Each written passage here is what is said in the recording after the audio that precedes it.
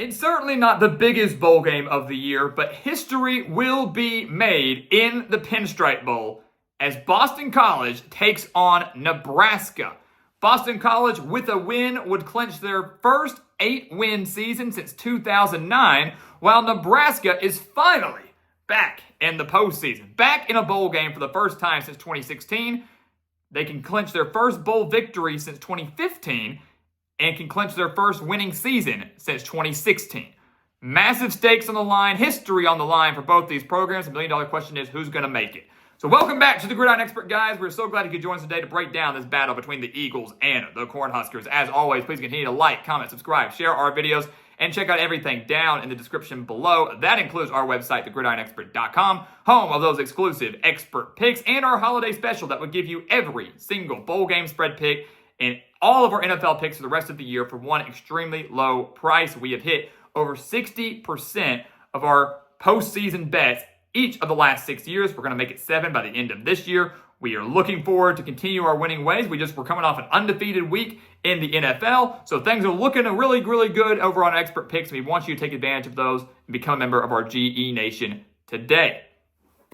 All right, I'm pumped for this game. Again, Pinstripe Bowl over in Yankee Stadium, over in New York. No one's talking that much about it, maybe outside of Boston College and Nebraska fans, but this game is really, really intriguing to me. Now, I want to start on the offensive side of the ball. We'll start with Boston College. It's kind of a whirlwind, a roller coaster on offense for the Eagles this year, right? Bill O'Brien comes in, first-year head coach, leads the team to a 7-5 record. They pull off that big upset, at least we thought it was big at the time, on the road against Florida State early in the year. Things are looking good for the Eagles, and at that point, they were being led by star quarterback Thomas Castellanos. Things were looking great. Castellanos had that dual threat capability, was taking relatively good care of the football, but then he loses his job. Later on in the year and gives it over to Grayson James, who has now thrown for over 900 yards, 6 touchdowns, and 2 interceptions since he took over the job. But the thing is, the Eagles are only averaging a little over 190 passing yards per game. That's 105th in the nation.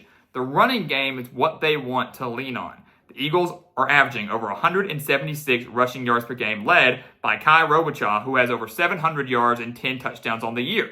That's how they're going to win this game, if they want to win, I should say. They've got to be able to run the football. James has played well. He's taken good care of the football. He's shown some flashes of brilliance, but this is not a game. This is not a team that wants to rely solely on the pass. They've got to have a little bit of balance, and really they're certainly more run-heavy than they are pass-heavy. In a game in the Bronx where it could be cold, maybe a little wet in this game, the running game is going to take on that much more importance because, again, in those types of conditions, you're really not wanting to throw the football all that much. In the month of November alone for Boston College, they played 4 games. They rushed for at least 128 yards in all 4 of those games and rushed for at least 180 yards in 3 of the 4 games. They were pretty hot in the month of November, I should add. Running the ball is the key. If it gets shut down, they're in trouble. If they can have their way up front, they can win this game. Nebraska, on the other hand, they've got a new offensive coordinator, the great Dana Holgorsen, taking over in Lincoln, calling the plays late in the year and now full-time OC for Nebraska. So pretty interesting hire there, but a great hire there by Matt Rhule, I should add. Nebraska needs help offensively. They're 94th in total offense, averaging just 357 yards per game, but they are averaging over 227 through the air and a little over 130 on the ground. They will be without their number 2 wide receiver in Isaiah Nayer, which is not ideal. 455 yards, 5 touchdowns, led the team in reception touchdowns this year. They're also going to be without their leading rusher in Dante Dowdle, who has rushed for over 600 yards and 12 touchdowns. So 2 major playmakers out for Nebraska, meaning Dylan Raiola has got to take over. This is your moment to shine. A historic moment for Nebraska, finally getting themselves back in the postseason, an opportunity to win this game, clinch a winning season, and carry lots of momentum into 2025, where maybe they take that massive leap forward, like we have seen many times under Matt Rhule throughout his coaching career. This is the game. This is where we need to see something from Raiola, who has thrown for over 2,500 yards, 12 touchdowns, but has also thrown 10 interceptions. This Nebraska team as a whole has committed 17 turnovers on the year. If they want to beat Boston College, they have to hold on to the ball. They have to take care of the football. And in addition to that, they've got to get the ground game going. If you go look at the course of Nebraska's season, they're 6-6 this year. In 4 of their 6 wins, they had at least 250 passing yards and at least 140 rushing yards. That balance was so key for them over the course of this season. Being able to run to set up the pass and vice versa, that's what helped Nebraska. So the Cornhuskers have to find a way to come into this game, set the tone early, come in here and maintain balance on offense, because if it becomes too run heavy, it becomes too pass heavy, and too much pressure is put on Rayola's shoulders, they're going to get out of sorts. And I know Dana Holgorsen might come in here and switch things up a little bit, but Rayola's going to have a big day, but they've got to find a way to also remain balanced. It cannot become one-dimensional. Defensively, Boston College, can they do that? Can they take away the balanced aspect from Nebraska's offense? Well, here's the thing. The Eagles are slightly depleted in the secondary, whether it's because of opt-outs, transfers, injuries. They're a little bit banged up. They're a little bit shorthanded in the secondary, and that's not ideal when you realize the Eagles have not been good against the pass all year long. They're 111th against the pass, giving up 247 passing yards per game. If I'm Dylan Raiola, I'm excited about that. Even without Isaiah Nayer, I'm like, yes, let's go. Holgorsen, let's throw the ball. Yeah, we got to be balanced. Yeah, we're going to run the ball. But if you pass enough and you can set up the run, and again, vice versa, let's attack this secondary. The question is, can they attack it carefully? Can they attack it in a clean manner without turning the ball over?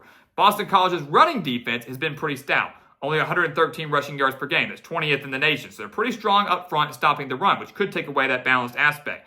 So again, if you're BC entering this game, your run defense is solid. You've got a quarterback who's young, kind of turnover prone. Stop the run, bottle it up, and force Dylan Raiola to beat you through the air. Yeah, your secondary is not that great, but maybe Bill O'Brien's like, you know what? I have faith in you guys. You get 1 or 2 picks, we're going to win this game. And I believe that's the case. If they can get 1 or 2 interceptions and convert, Boston College has this game in the bag. So force Nebraska to be one-dimensional. Do not allow them to get balanced. The Eagles have given up at least 250 yards in 3 of their 5 losses. At least 250 passing yards in 3 of their 5 losses. They gave up at least 200 passing yards in 4 of their 5 losses. The only exception on that was when they gave up 366 rushing yards in their loss to Virginia Tech. So the Eagles' defense can be exploited both ways, but 9 times out of 10, it's going to be through the air. That's what Nebraska has to keep in mind. That's what Boston College has to keep in mind as they game plan for this game. Nebraska, defensively, they're down a handful of starters, especially up front. In the front 7, they're missing a few, and that's not ideal, right? It's not ideal when you're facing such a good rushing attack in BC. So how does Nebraska replace those players? Who is that next man up mentality? How do they bottle up Kai Robichaux? How do they make sure that Boston College just doesn't torch them up front and run, and Grayson James basically to take the day off? They've got to find a way to do that. But I would say I think Nebraska's got better depth up front than people realize, and Nebraska's defense this year has been much better than people realize. Cornhuskers ranked 17th overall in total defense. They're 11th in the nation in stopping the run, giving up just 105.8 rushing yards per game.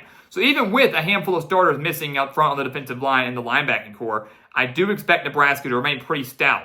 That means that Grayson James, that means that their backup, their new starting quarterback for Boston College, is going to have to win this game mostly by himself against a secondary that's only giving up 209 passing yards per game. So very solid as well. This Nebraska defense, again, I think is severely underrated. This is a 6-6 team that has gone through a lot of heartbreak and frustration as they have the last few years. 6-6 team with 5 one-possession losses. So it could be a much better team and maybe in a much better bowl game had they learned to close out the close games, which has been the story of Nebraska football for the last 5-6 years. But in 7 of the 12 games that Nebraska has played, they've held their opponent to 21 points or less. That includes Ohio State, only losing that game 21-17. They almost beat Iowa, which I know Iowa doesn't have a great offense, but almost beat Iowa in the season finale. They have played good football. They contained that Colorado offense way earlier in the year. Contained them to 10 points on the day? And I go, things have changed since then, but still an impressive feat. The Nebraska defense has some dogs, and they have proven they can slow down even the best of offenses, regardless of the environment, regardless of the team. They pressure quarterbacks effectively. They have 27 sacks on the year. Boston College has allowed 29. They have forced 11 interceptions on the year. That would be another key as well. Can they force interceptions off of Grayson James, who only has 2 interceptions on the year so far? So ultimately, guys, Nebraska's got a good defense. It's just the next men up. Can they deliver just like the starters have all year long? And I'm going to say yes. I'm going to say yes, they can. I like this Nebraska team a lot. I think they're a lot better than that 6-6 record shows. I like Boston College a lot for what it's worth too.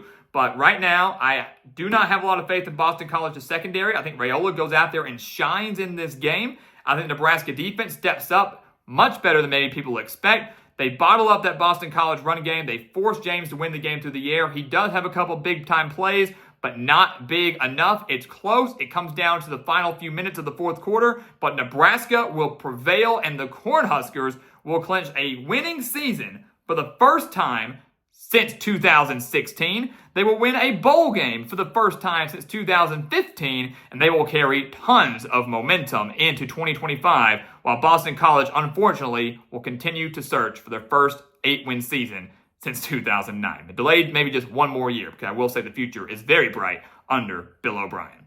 So guys, as always, thank you so much for watching us here at The Gridiron Expert on YouTube. Make sure to continue to like, comment, subscribe, share our videos, and of course, check out everything down in the description below. That includes our website, thegridironexpert.com, home of the holiday special, home of the expert picks, some of the best picks in the entire country. Go check it out. The link for that, again, down in the description below, and become a member of our GE Nation. And once again, as always, thank you so much for watching. We'll see you next time right here on The Gridiron Expert. Yeah.